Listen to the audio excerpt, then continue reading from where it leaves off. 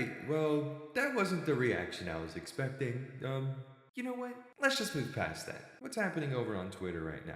Oh, they made Master Chief feminine. Warhammer has finally gone woke. GTA 6 is woke. Siri has been hit with the DEI ugly stick. Okay, that's enough internet for today. Oh wait, there's another one of those woke game lists with over 1,500 games? Oh my god, when will this end? I can't take this shit anymore.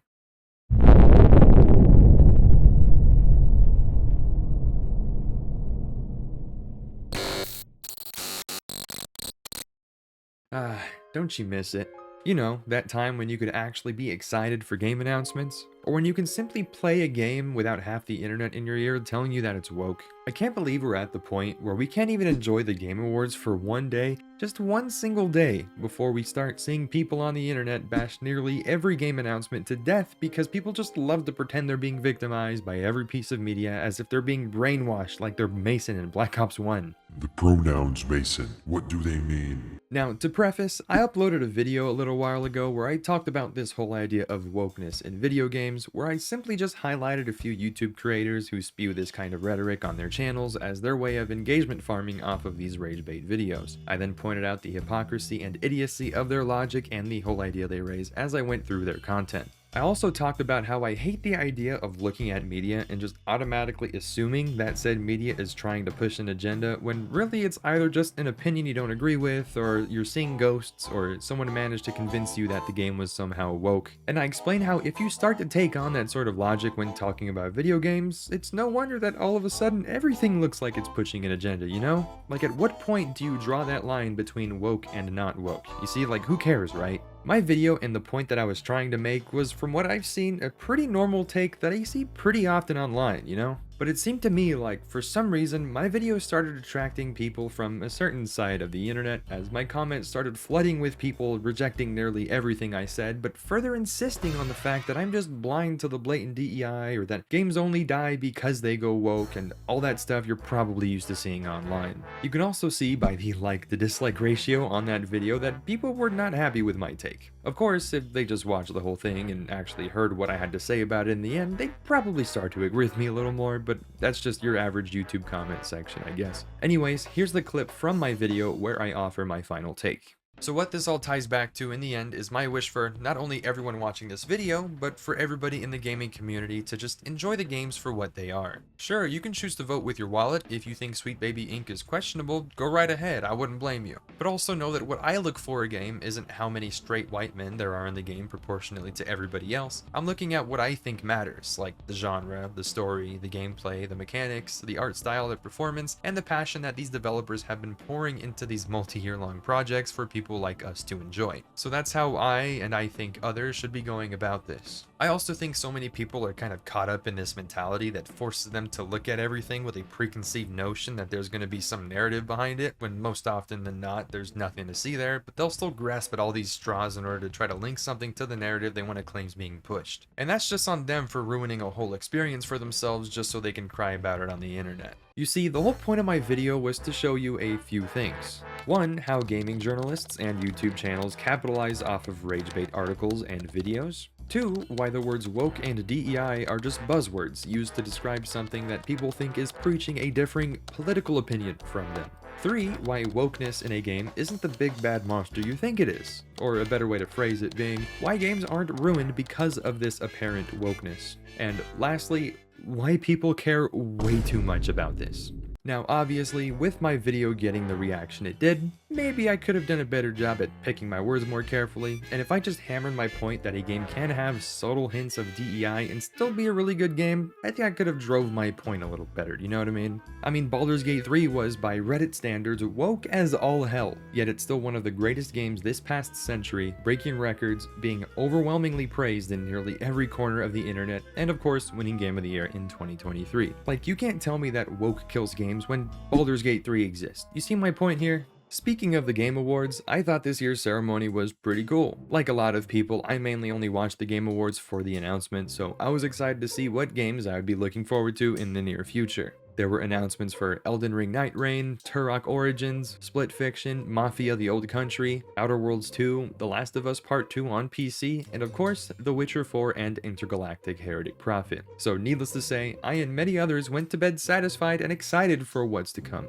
But it seemed like that was very short-lived, as the floodgates had opened and I was met with some, let's just say, interesting takes regarding the trailers for The Witcher 4 and Intergalactic Heretic Prophet. Starting with Witcher 4, I thought the move to having Ciri take the mantle as the main protagonist to further the story was a huge move, and not an unwelcome one by any means, but I guess that's where some people have their disagreements. I have to say, I've never played a Witcher game before, so I'm not really familiar with the lore or anything. Oh, brother, this guy stinks! But although I'm not familiar with the lore, I still have access to the wonders of the internet and can research anything at any time. So when I heard people complaining that Ciri wasn't a Witcher, therefore the entire game was woke for forcing in a woman as the main protagonist, I immediately got flashbacks to when people said Yasuke couldn't be a samurai in Assassin's Creed Shadows because he was African, so naturally I did some digging. Apparently in the Witcher universe, Witchers were created to be monster hunters, and you can refer to a Witcher being someone who has either gone through the Trial of Grasses, which was a torturous week-long program where children would be forced through training and be forcibly administered viruses, herbs, and potions in order to mutate their bodies into fighting shape, where they would then receive their Witcher medallion and become a Witcher, or someone who simply hunts monsters for a profession, kind of like Ciri in the games, as she went through the training part but spared the mutations and all that. Not to mention, even if we're only going off the lore from the games, Witcher 3 ends with Ciri's fate being at the forefront, and the player's actions as Geralt, who you play as the Witcher, determines which ending variation you will get because there are multiple endings. Depending on the ending you choose, Ciri either dies, becomes Empress, or becomes a Witcher. And from what I've seen at least, most people prefer the ending where Ciri becomes a Witcher and inherits the role from Geralt, letting Geralt retire in peace in his beachfront property in Malibu while Ciri trains to become a Witcher. In fact, CD Projekt Red CEO Marcin Iwinski told Polygon in an interview in 2013 that Witcher 3 would be the game to wrap up the trilogy and conclude some threads, essentially making it the finale to Geralt's story in a sense. Obviously, with the franchise being called The Witcher, as well as the fact that it seems like people consider the Ciri becomes a Witcher ending in Witcher 3 as being the canon ending, I don't know why so many people are surprised that Ciri will end up being the main protagonist in Witcher 4. From what I see, that's kind of what Witcher 3 was supposed to be setting up, and in the new trailer you can even see Ciri wearing a necklace of a Witcher school not shown in the games before, so it's still entirely plausible for her to become a Witcher through other means that will be revealed to us in Witcher 4. So I think it'd be best if we just found out how she became a Witcher by, I don't know, playing the game when it comes out or watching reviews, you know, like normal people. That's the cool thing about sequels, you know? It's all theories and speculation up until you can actually find out how it happens firsthand by playing the game. But through some of the fake outrage people on the internet have been vomiting trying to illegitimize Ciri as the main protagonist, some of it comes from people that are saying that they made her too ugly or manly on purpose, implying that her role in the game has something to do with DEI. Yes, I know, this is apparently too ugly for some people. Yeah! What are you, gay?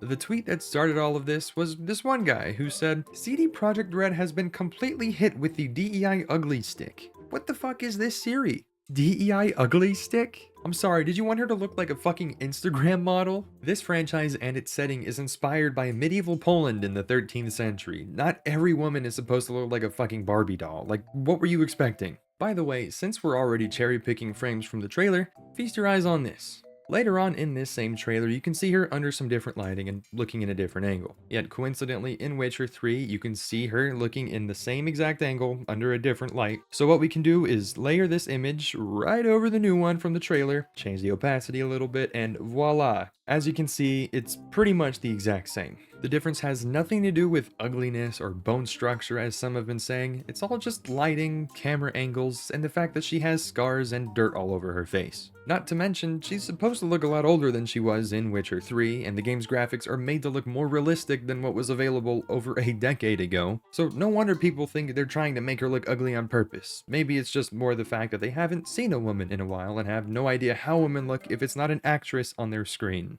Anyways, onto Intergalactic the Heretic Prophet. The trailer opens up with a cool zoom out shot of a shattered moon orbiting a gas giant, then you see the spaceship with the Porsche logo on the back, then a quick cut to the interior of the ship revealing a cool 80s sci-fi TV with a spy movie playing, then a slow pan to the left revealing a lady in front of a mirror shaving her head. And I'm not gonna lie, this is the moment where in the back of my mind, I just knew someone was gonna make a big deal out of this on the internet for no other reason than the fact that she's a lady with short hair. So of course, almost immediately, I started to see the trailer get backlash online, tweets left and right, and the YouTube trailer itself getting a pretty harsh dislike ratio. All while I'm just sitting here like, damn, this game looks really sick. You can play as a bounty hunter in space with a really cool 80s sci-fi art style, and you can go to different planets and kill these really cool robot monsters with your synthwave light sword and shit. Man, this looks like fun.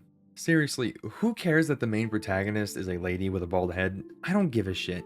You had people on Twitter saying, what's exactly the target audience? You dumbass, do you like space games? Do you like games where you could be a bounty hunter? Do you like games where you can travel to other planets and kill cool robots? Well, I have to play as an ugly woman of color with short hair. Okay, so? We play as ugly characters in games all the time, and nobody has any problems with that. You ever played Mass Effect 2? You know, there's a character in that game that would give you a pretty hard time, so you should stay away from Mass Effect 2 then, huh? Man, it's a shame that game went woke a while ago. Not to mention, this scene from the trailer where the character is shaving her head is pretty much a one-to-one recreation of this scene from Alien 3 of Ellen Ripley doing the same exact thing. Only that movie came out in 1992, and nobody gave a shit that she was made to be a strong badass female lead who could carry her own. You see what I'm saying? I also saw that people were trying to fix the designs for these characters, and all they really did was just put it into Photoshop or put a really bad beauty filter on their faces and call it a day. Like, what are you guys trying to accomplish here? Just smooth out their faces and give them a smaller jaw and a smaller chin maybe. East versus West. Yeah, sure, let's make sure that every game featuring a female lead has a lady with big ol' honkers that have revealing clothing and have that shit jiggle around like jello. You know what, better yet, let's change some of the male leads too. Yeah, let's get Joel from The Last of Us and give him a real nice and handsome face, you know, get rid of those woke wrinkles and make his chin a little bigger and get rid of all that gray hair. Yeah, there we go. Now Joel is attractive to females, so now women can play The Last of Us, guys. Isn't that great? People saying hire fans because they want all their characters to look like living, breathing blow-up dolls. If the industry were to start hiring fans, every game would either be a gacha game or it'll be one of those games that make you check your online status before you load it up so your friend doesn't catch you playing games like fucking Funbag Fantasy. Also, I thought this one was funny too. The Asian look created by Asians versus the Asian look created by Californians. As if they just made her out of scratch to look like this. This is a real person, you know that, right? It was modeled after an actress. It wasn't created in some California factory to look Asian. You know, her actress is actually half black, half Asian. Again, have you ever seen a real woman before? People have problems with her being muscular as well, to which I say, tell me how it's weird in any world that a person whose profession is bounty hunting also a little muscular. Okay, now I get that the main argument isn't just that every female protagonist has to be drop-dead gorgeous and perfect and all that. It actually has more to do with this weird conspiracy theory that there's some widespread uglification happening across the entire gaming industry, and these studios are purposefully making their characters hideous in order to appeal to the feminists and own the chuds in order to increase game sales, and that as long as we keep calling them out and talking shit to the developers on Twitter and voting with our wallets, that we can stop this madness at once and we can return to playing games with beautiful female characters that all have big boobs and fat asses. Or, you know, maybe, just maybe, it's much simpler and less batshit crazy than that. Let's roll the clip. Unless your game has only white dudes, if you have a woman, she better be fucking hot. Yeah. You know, get an ugly woman out of my game. That lady better be super smoking hot. Yep. That's the way they think, right? Back in the day, game development studios were primarily white dudes. And they didn't really think about diversity. And that's one thing, right? It was a lot rarer to find non-white dudes in game development. And as that changes, and as college and learning and all that stuff kind of becomes more ubiquitous and more available for everybody, more and more people from different walks of life want to get into game development. Yeah. And then what happens then? They're making the characters the people that they know, the things that they see. And it's just like the white people do. Just like you put yourself into stories. And sometimes in games, you just put in your own sort of experiences. And that's so natural to happen. That's what art is. It's nothing that's supposed to offend anybody. It's supposed to be, hey, fucking walk around and look around. The world has everybody. your game's having it shouldn't stop you from playing it. You see, as the gaming industry evolves, so do the methods of making them, and the amount of people you bring onto your dev team, and the way these teams collaborate to create something that we all get to enjoy. This isn't the early 2000s anymore. Like these guys said, as the gaming industry has started getting exponentially bigger and bigger these last couple decades, and the education required to get a job in game development becomes more accessible, over time more and more people have started to get into game development, which is a good thing. This also includes, believe it or not, people that have different backgrounds and life experiences. They are simply surrounded by different kinds of people than most, and for that reason, it's only purely instinctive and natural to see what you experience in your everyday life and put it into the art forms that you are making. Because that's what games are at the end of the day. They're an art form. You don't have to buy the art, and you don't even have to like the art, but just know that there are other people who will buy the art because they like it, because they can understand that you can make a piece of art without having an agenda tied to it, because they can actually discern a piece of propaganda from a genuine piece of art that was made for all of us to enjoy.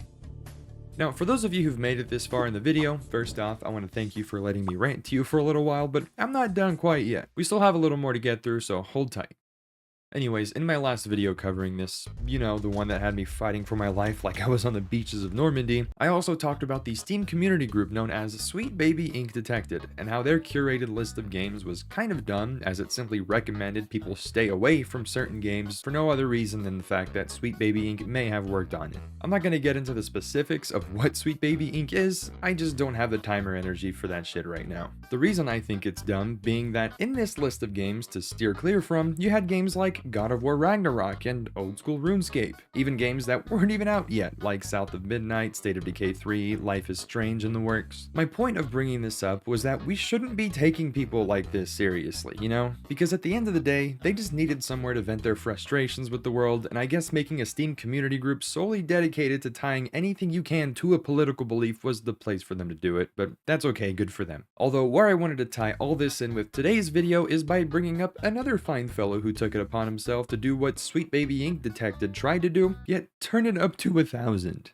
The new Basement Dweller of the Year award will go to whoever made this group called Woke Content Detector. Like I said, this group is for all intents and purposes the same exact thing as Sweet Baby Ink Detected, except this curated and very well color-coded list of games they reviewed stretches over 1,580 different games. 1,580! Where do you even get the time to make something like that? You can also see on the Steam group page on the actual list that sometimes this guy would write reviews for over 20 games in a single day. Meaning, unless they were half-assing every review or putting down random shit, they would have had to sit at their computer for a good amount of time, going ham at the keyboard, typing away, making sure everybody knows not to play games like Lego Indiana Jones, Wall-E the Video Game, Henry Stickman, and of course, the hit game My Wife Sucked a Futanari's Toes. Okay, for real though, this list is full of games that I can guarantee you've played and absolutely loved. Actually, there's a good chance that your favorite game is on this list, and that this guy managed to find something about it he managed to deem as progressive or woke, so for that, your favorite game will be listed as not recommended. That's just kind of how this list goes, really.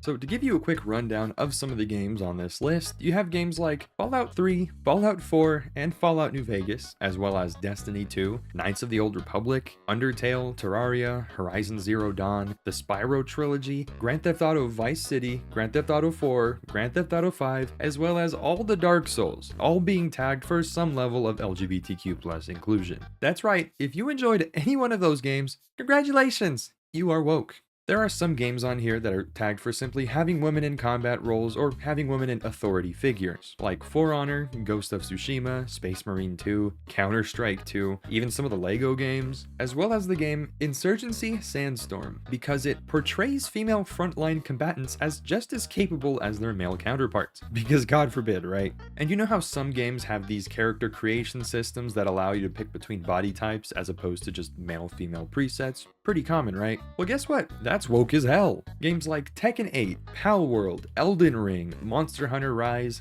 Old School RuneScape, Cyberpunk, of course, For Honor, Pro Skater 1 and 2, and Warhammer 40k Darktide. All of those, woke. Get them out of here. Among others, you have Skyrim, woke because an NPC asked whether strong Nord women offend you. There's also Overcooked, you know, that cooking series. Why is a cooking series woke, you ask? Well, it's pro-DEI. Why is it pro-DEI, you ask? Well, it lets you play as a wheelchair-bound raccoon. Helldivers 2 is woke because your player's gender isn't distinguishable aside from voice options. In other words, I can't tell through their full suit of armor if they're male or female. Oh, and also, the intro notably features a mixed-race family. Oh, and this is my favorite one. Red Dead Redemption 2.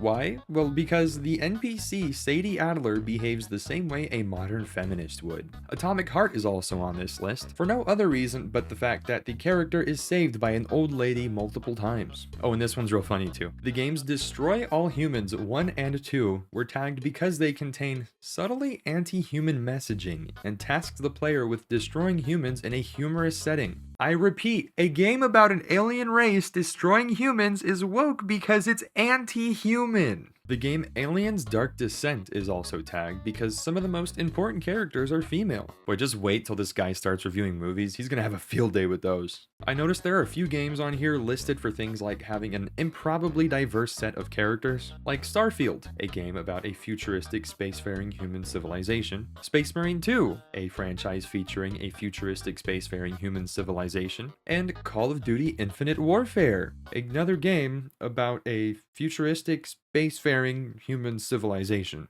There's also Tony Hawk's Pro Skater 1 and 2 being tagged for promoting COVID-19 masking and social distancing. Mind you, this game was made during the COVID pandemic. The game Dave the Diver was also deemed woke because you play as a scuba diver that is a fat guy who can somehow deep dive and swim long distances without trouble. Oh, of course, you can't forget the sushi chef is black. Wobble Dogs is also tagged on this list, a game I've never heard of, but one that is woke because all the dogs in the game can be bred and have no gender. And someone should tell this guy about Minecraft, I bet he loses his fucking mind. Have you enjoyed Armored Core 6? Well, too bad, that game is woke propaganda. Why? Well, because it is pro-LGBTQ for calling the protagonist they, it's pro-climate action for smearing corporations that extract resources from other planets, pro-communism because characters sometimes call each other comrades. It's also anti-Western, anti-human, anti-colonialism, anti-capitalism, anti-heterosexual for not explicitly telling us that any of the characters are in straight relationships, and anti-patriarchy. Keep in mind, this is Armored Core 6 we're talking about. There's also Gary's mod being tagged as having anti-free speech messaging because Valve put a blanket prohibition on Nazism. That's what a Nazi would say. What? Dragon Age Veilguard is on this list for, as you can imagine, many things, the most egregious being that the character creator includes a vitiligo slider to further customization options. God of War Ragnarok was also flagged for having a black character, which they point out as inaccurate when it comes to Norse mythology, which the game is based off of. This is of course ignoring the fact that Kratos wields a giant magical axe that does cool magical shit. The game Raft is also included on this list because it takes place on a world that was flooded due to global warming. There's also Disney Pixar's WALL-E the video game, flagged because of pro-climate messaging, because you play as WALL-E picking up trash on a trash-polluted Earth. Come on, you don't have to do my boy WALL-E like that. Hogwarts Legacy is also included, citing that 1800 Scotland is not supposed to have diverse characters. To be clear, the game in a franchise that is centered around wizards flying on broomsticks and casting spells is not historically accurate because diversity.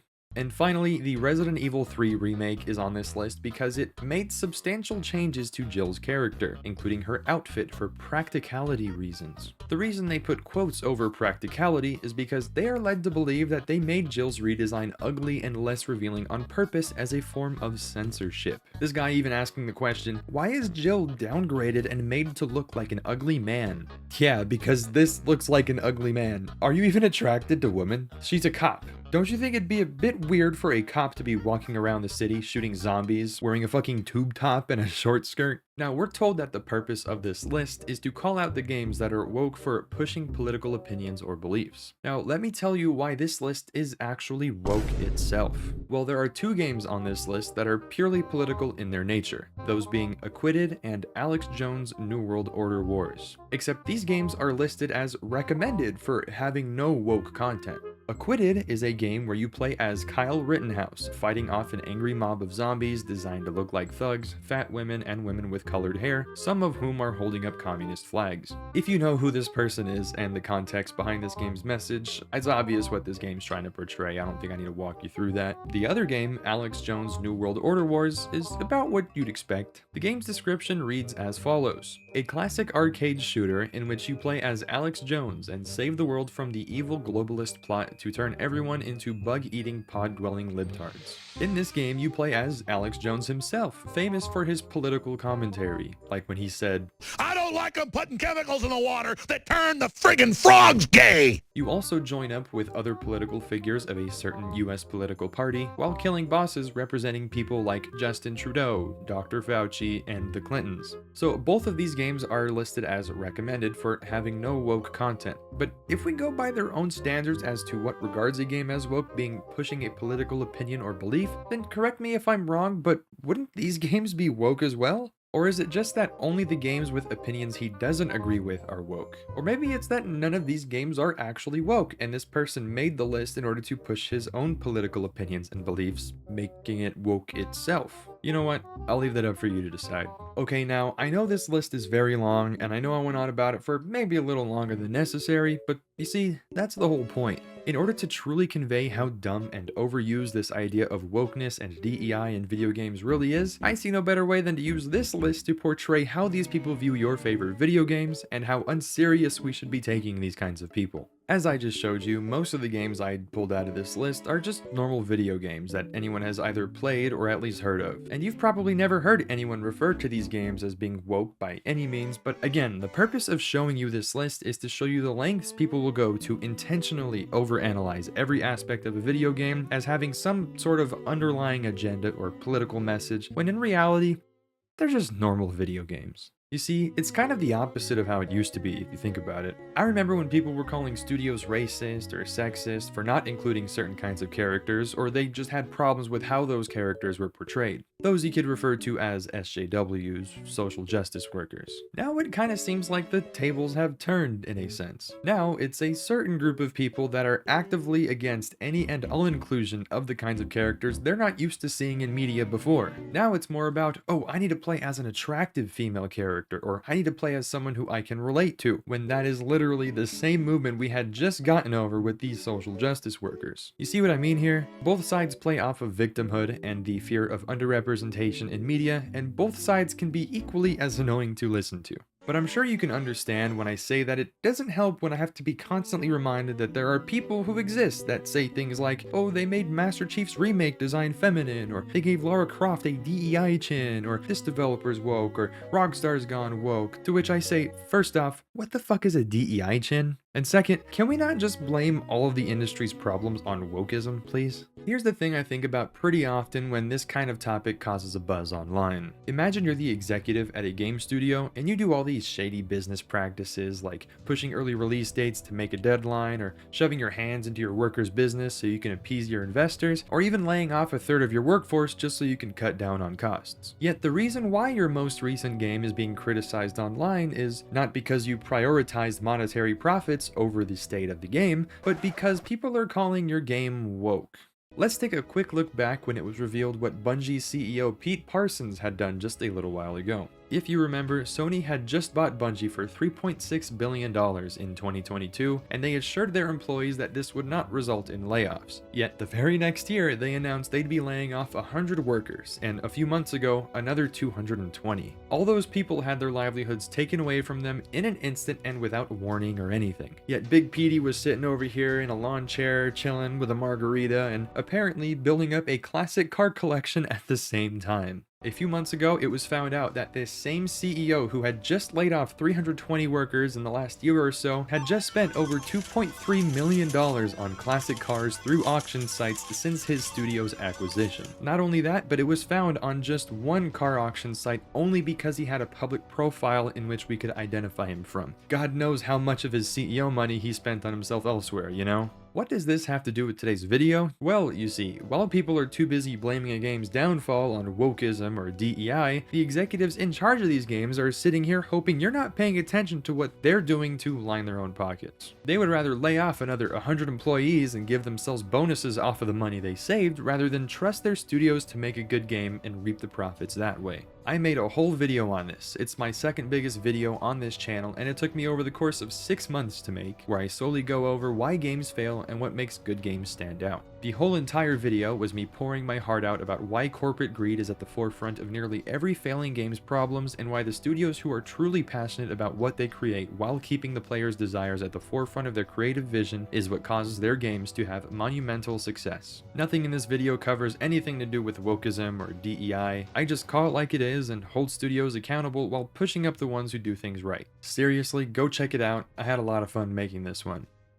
At the center of this discussion surrounding games going woke and flopping is the game Concord. Obviously, that game was a disaster in the making. Nothing could have saved that game, but it's not because it was woke. That game had a lot of problems, and let me lay them out for you. When the studio Firewalk announced this game during the PlayStation Showcase, I was one of those who went, oh, this game looks neat, I guess. Not my kind of game, but I'm sure some people will enjoy it. But that was also the case for many others, it turned out. Despite pouring a lot of money and effort into its flashy trailers and advertising, something felt off about Concord. The characters were bland, with cringy dialogue and forced interactions, giving off a Guardians of the Galaxy vibe, but falling flat. The designs, from the heroes to the maps and UI, felt generic and unimaginative, like someone was trying to be everything all at once, yet ended up hollow and empty. But there was another problem. Sony was charging $40 for this game. That is $40 in a very crowded free-to-play genre, with an added PSN requirement that locked it out of 180 parts of the world. The result?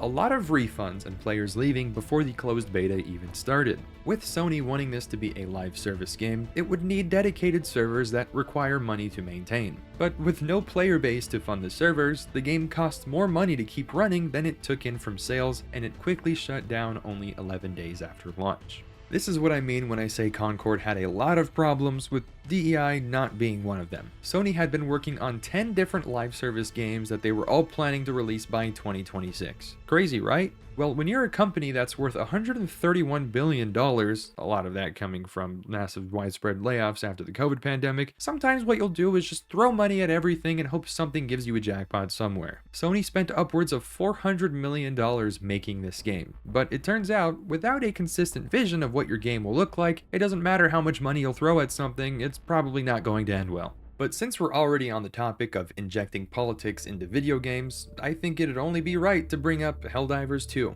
If you're familiar with Helldivers, we can all agree that the game is based on political satire, but that's not a bad thing, that's just part of the fun of the Helldivers universe. In fact, the game's successor is one of the most on-the-nose political statement films of all time, Starship Troopers. Both Helldivers and Starship Troopers make it a point to appear satirical in nature, purposefully overdoing it with their themes of blind patriotism and blatant xenophobia, as confirmed by Arrowhead's CEO himself, using its over-the-top satirical humor to pose as an allegory to real-world examples, like, for instance, President Bush's war on terrorism in the Middle East. A prime example of this comparison would be the conflict with the Terminids. You are told as an expendable soldier that you must protect democracy by eradicating the Terminid infestation of the galaxy. But dig a little deeper and you'll find out that Super Earth's economy is heavily reliant on vital resources like Element 710. Fun fact, flip 710 around a little bit and you'll get the word oil. Turns out, it just so happens that Terminids produce this element 710 when their bodies decompose, kind of like how fossil fuels work in real life. You can complete missions on Terminid colonies that require you to turn on E710 pumps, and a member of your ship's crew will even tell you, the Terminids you defeated will soon fuel the war effort. So it comes to us naturally that we need to fight the Terminids, not to survive, but because there is monetary value in fighting the Terminids. Not to get too political, but I know you can start to see where this is going. Now, all of a sudden, you as the player zoom out and realize that what you're really defending is not democracy per se, but instead you're defending the idea of global imperialism and colonization of another people's sovereignty for the sake of reaping rewards for our own profit, all under the guise of protecting democracy, thus justifying our own colonialism and xenophobia of the groups we directly profit off of. For those who are already disliking the video, wouldn't you agree that's somewhat of a political opinion injected into a video game? Now, obviously this game is political in its nature, but again, it's not a bad thing. The game is fun as hell, and even though it's satire and not meant to be taken seriously, I'm not going to let the political undertones of the game's themes prevent me from enjoying it while I drive back the automatons and the terminids and the illuminate, because I'm able to separate the idea of propaganda from entertainment. So again, if we consider the definition of woke being pushing a political narrative, then wouldn't this game be incredibly woke? Well, according to the guy who made this list, it is woke, but not for the reasons the developers intended, but instead because the intro has a mixed race family. Isn't that funny? Now, what's the lesson here? Anybody who says they don't want politics in games actually means they don't want political opinions that they don't agree with in games. So tying all of this back to the reactions I've been seeing from the Game Awards and those two games I went over, I see a lot of people expressing that they're tired of their franchises adopting wokeness, and I've seen a few people saying things like, we don't want all this wokeness in our games, we just want good stories. But the thing that gets me is like, how do you know that this game is going to have a bad story? This is the announcement trailer for a game that you've never played and only now just heard of. Is it that you're expecting it to be bad now that the protagonist is a female? Is it that they moved away from a demographic that you felt you related to more? I'm sorry, but I really don't get this way of thinking. Here's the thing, you will never convince me that a game performed poorly because it was woke. Whether the problem is a female protagonist, or a person of color, or pronouns in the menu, or maybe there's a developer that said something bad on Twitter 5 years ago, until you're able to actually connect the thing that's woke to the reasons the game was bad, then I just can't take your argument seriously, I'm sorry.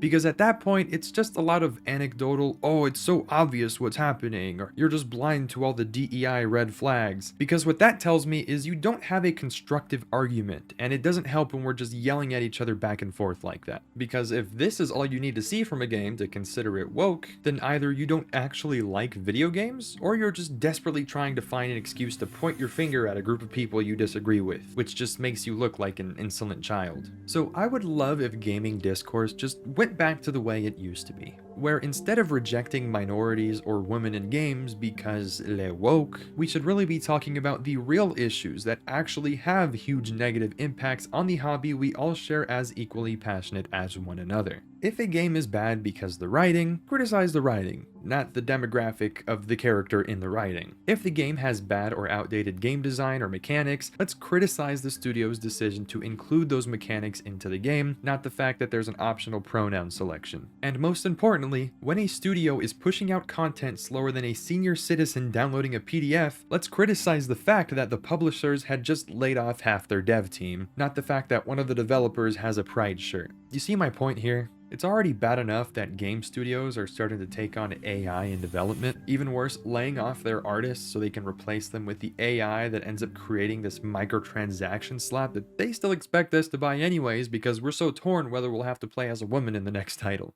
Can we just go back to the times where gaming discourse was about shit that actually mattered? When we were criticizing studios for loot boxes and microtransactions and pay-to-win shit in the item shops? Again, my lesson for those who've already typed in their hate comments below before the videos even ended, just please hear me out one last time. Stop letting your own political beliefs get in the way of your enjoyment for playing games. Video games were never meant to be viewed as a political piece, but simply something you can dive into for hours and hours at a time simply for the fun of playing them. But sadly, there are actually people out there who will be genuinely excited for a new video game coming out, but who will first go onto Reddit forums and Steam groups like the one I mentioned earlier, asking if the game is woke before they try it out. Only for some bozo to tell them it is woke for no good reason, whereas the person will reply with something like, alright, thanks for letting me know, looks like I won't be playing Red Dead Redemption 2 after all. Like, dude, really? It pains me so much to think that people will immediately switch up and want to prevent themselves from playing a great game they were already so excited for because someone told them that the woke boogeyman's infected the game and now it's a pile of shit that nobody should play.